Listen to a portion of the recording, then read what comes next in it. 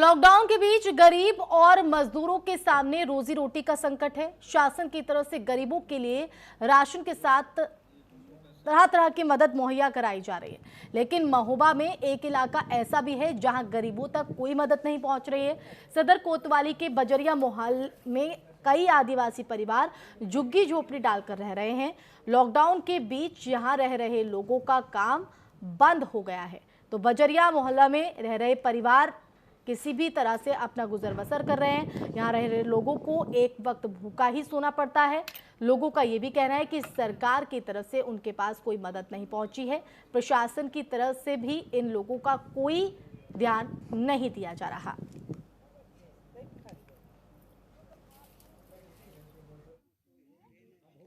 इसमें सर ये है कि हम लोगों की कोई मदद नहीं है, ना सरकार से मदद है और न किसी से मदद है। ये पड़े हैं पहाड़िया में। अब ये गवर्नमेंट कोई सुविधा नहीं दे रही है। दरखास्त भी देते साहब और सब मांगते हैं, हर चीज़ जाके डीएम के पास जाते हैं, कोई हमारे लोगों की कोई सुनाई नहीं है। अब ये है कि ना हमको देखो कोई आवास मिली, ना साहब कोई हमको कोई ज़मीन मिली, कोई हमको सरकार से कोई मदद। बेटा हमारे लिए कोई मदद नहीं। सब जगह हुआ है, एसडीएम से पास और डीएम के पास और तहसील और कानी गोई सबके पास हुआ है, मगर हमारे लोगों की कोई दया नहीं लिया। जहां एक और देश और प्रदेश की सरकार लगातार गरीबों के हित में बात कर रही है और गरीबों को लगातार भूखा न सोने का दावा कर रही है, लेकिन हम आपको यहाँ का नज़ारा दिखाएंगे। ये आप चूल्हे देखेंगे किस तरीके से जो गरीब तबके के लोग हैं, जो मजदूर हुआ करते हैं, वो आज किस स्थिति में किस दौर से गुजर रहे हैं। उनकी हालत आप देखेंगे तो शायद आपको भी यूपी सरकार की जो अधिकारी हैं उन पर भी शर्माने लगेगी। आप देख सकते हैं ये वो झोपड़ी है जो कल देर रात आंधी आई और तूफान आया, उसके बाद ये पूरी तरह से क्षतिग्रस्त हो गई। अब इसके बाद इन लोगों की मांग थी कि हम लोगों को कहीं ना कहीं जो रहने की व्यवस्था की जाती सरकार से, या जो अधिकारी हैं वो कहीं रहने की व्यवस्था करते हैं। हमारे साथ ये महिला भी, हम इनसे पूछेंगे कि क्या सरकार के द्वारा कोई मदद मिलती है।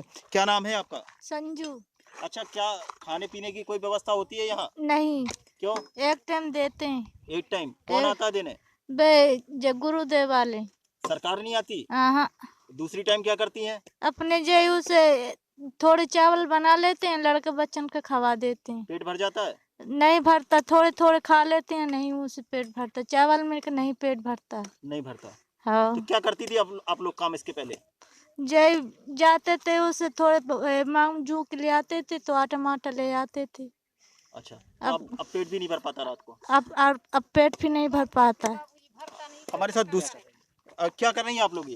ये झोपड़ी बना रहे, रात को गिर गई थी हमारी। काहे से? आंधी पानी से। तो पानी पन्नी वगैरह मिल रही है जो इसमें सामान लगना है? नहीं मिल रही। तो कैसे बनाएंगे इसको?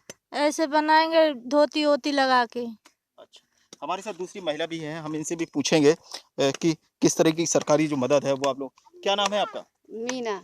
अच्छा, क्या सरकार खाना आना दे रही है आप लोगों कहा एक टाइम मिलती 12 बजे बाबूजी, कहा मांग मांग के बच्चा पाल रहे, कहा है और कुछ नहीं। झोपड़ी काल गिर गई है तो टूट गई, बस वही डरी फटे पानी। तो शाम को क्या खाती हैं? शाम को चावल थोड़े बना लेते हैं, तो क्या करे, खाना पीना बनता नहीं। हाँ, तो क्या पेट भर जाता है आपका? भर जाता बाबू, मांग मांग झुक के सवेरे क्या होता है, भूखे के टाइम बैठे रहते हैं, अब कट जाता तो पानी। बच्चों का पेट कैसे भरती होंगी? अब क्या करे, चावल थोड़े बना लेते हैं, खुद सब्जी बना लेते तो हो जाता है, तब थोड़े बस। सरकार तो कह रही है कि हम सबके पास राशन भेज रहे हैं। नहीं भेज रही, कुछ नहीं हो रहा है।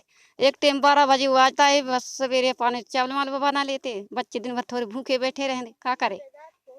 तो बिल्कुल जिस तरीके से जो यहाँ महिलाएं हैं उन्होंने बताया कि सरकार की मदद है वो हम लोगों के पास कहीं भी नहीं पहुँचती है। अब सबसे बड़ा सवाल ये उठता है कि सरकार आखिर जो दावा कर रही है वो कहाँ तक साबित होता है।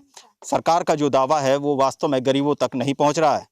ऐसे में जिला प्रशासन को इसे और गरीबों के ध्यान देना चाहिए, जिससे जो गरीब हैं वो किसी तरह से कोई भूखा ना सो पाए। महोबा से पंकज गुप्ता, R9 TV, उत्तर प्रदेश, उत्तराखंड।